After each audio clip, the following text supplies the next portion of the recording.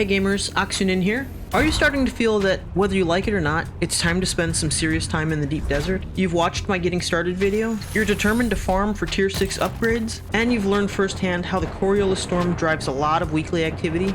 Now you're seeking ways to make the whole effort more efficient? This video is for you. In this video, I'll review the strategies I used for base building and refining in the deep desert that helped me obtain my tier 6 gear, all as a solo player. As I see it, there are really two significant challenges that will confront all players.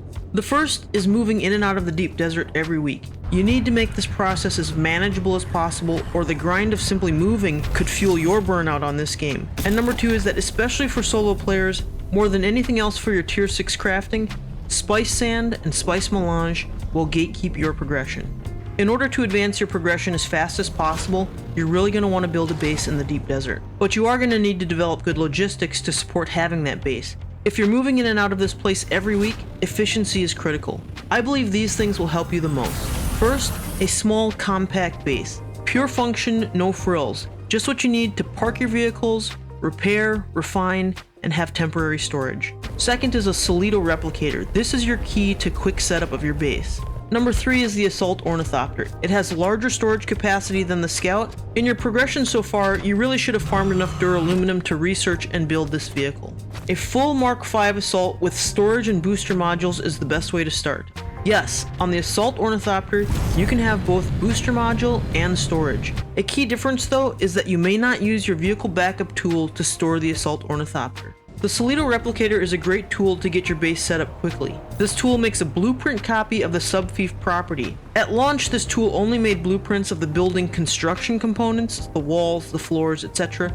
But in a recent update, the tool was improved to also include all placeables such as crafting stations and decorations. For me, this was an amazing change because it allows me to avoid the tedious placement of generators and storage. Here's some tips while using the solido replicator. First of all would be remove accessory buildings. In my case, this would be a garage for my buggy. You really only want to save the main structure as part of your blueprint. By doing this, it makes your blueprint much easier and more flexible to place, especially with variations in the landscape. I also built my base on a set of support columns. I think this gives me greater flexibility to attach the building to the side of a cliff or on level ground. Feel free to place an advanced sub-fief for your deep desert base. There's no tax downside because you'll be moving out or the console will be removed or destroyed before taxes are due. The extra volume just gives you a lot of flexibility. And when you're placing the blueprint, you have a lot of vertical scroll flexibility. You can move the entire blueprint up and down a lot more than, say, a single foundation during normal construction. Keeping your base as small and compact as possible also has a bonus when saving the blueprint. It's a lot less frustrating and you have a lot more options when placing that small building inside of your fief. If the building design you have fills the entire fief, or even if one dimension goes across the entire fief, your placement options will be much more limited. It's important to note that the solido replicator itself is consumed once you confirm placement of your blueprint. This means that after you fill in your blueprint, you should craft another solido replicator and then make a new copy. And if you're happy with your layout, you can simply craft multiple tools and make multiple copies at once. Here's a few other tips for your base. When I'm building, I always complete the hangar for my assault ornithopter first. I want to make sure this vehicle has shelter as quickly as possible in case of a poorly timed sector sandstorm.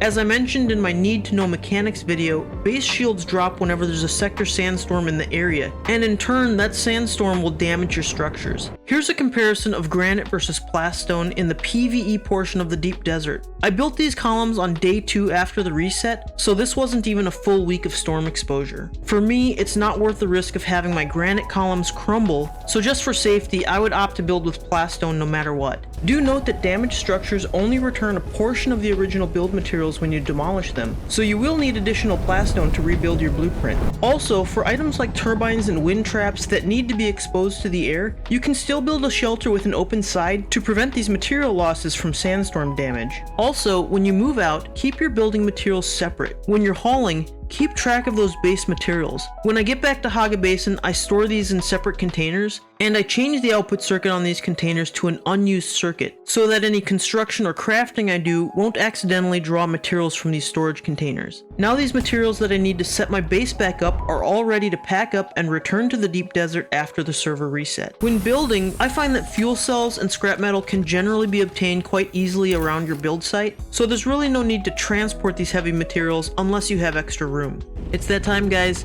Please help support the channel by subscribing. You can also leave a like or comment, which really does help with the algorithm.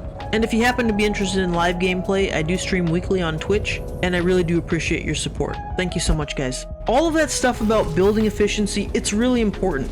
If you don't get your moves under control, you simply won't want to put the time in to actually farm the spice sand that you're going to need. Okay. If you've decided to tough it out and you have a strategy for your base, your #1 goal is refining spice sand efficiently. That means building the medium spice refinery as soon as possible. The increased output of spice melange is critical to getting your tier 6 goals rolling. And then, even though it's a mind-blowing amount of spice melange, build and use the large spice refinery as soon as you can. The efficiency gains are enormous. In my opinion, the only other investment you should make using your spice melange early on is the medium chemical refinery. And of course, you need this crafting station to process that stravidium, ultimately needed to craft plastanium. As you can see, I place a very heavy emphasis on refining your spice sand. Let's take a look at the different refineries: normal or small, medium, and large. For the normal refinery, it's 1 spice melange for every 100 spice sand. For the medium, it's 1 melange for every 75 spice sand, and for the large, it's 1 to 50. And if you're really lucky, you might even have the Landsrad decree that gives a 25% reduction to crafting costs, which using the large spice refinery gives 1 spice melange for every 38 spice sand. From what I've found, the reality is harvesting and refining materials for plastanium, it allows you to feel like you're getting stuff done. However, you're really more likely to be gated by spice melange. This is why I'm placing such a heavy emphasis on upgrades to the spice refining equipment. The less spice sand that you're going to need to harvest to accomplish your goals, the better.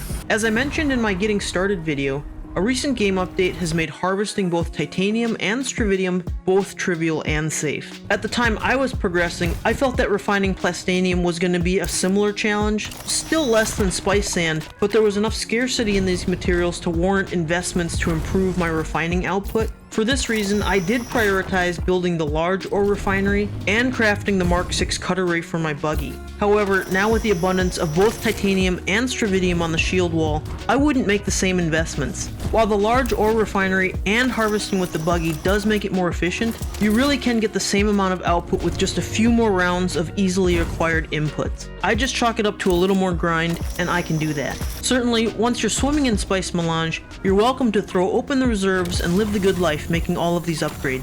And the addition of medium spice fields to the southern or PvE portion of the desert has made harvesting larger quantities of spice sand just a little more available for those lucky enough to find them.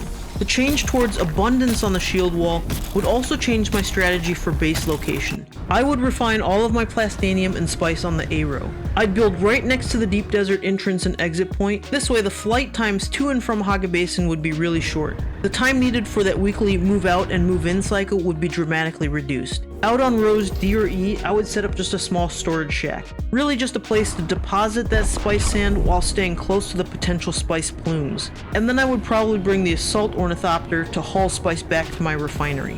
If you guys are interested in more information about testing stations or heading north into the PvP portion of the desert, drop a comment and let me know. Otherwise, I think you now have the information to take your progression to tier 6 and hopefully fight that deep desert burnout at the same time. Good luck, thank you for your support, and we'll see you next time.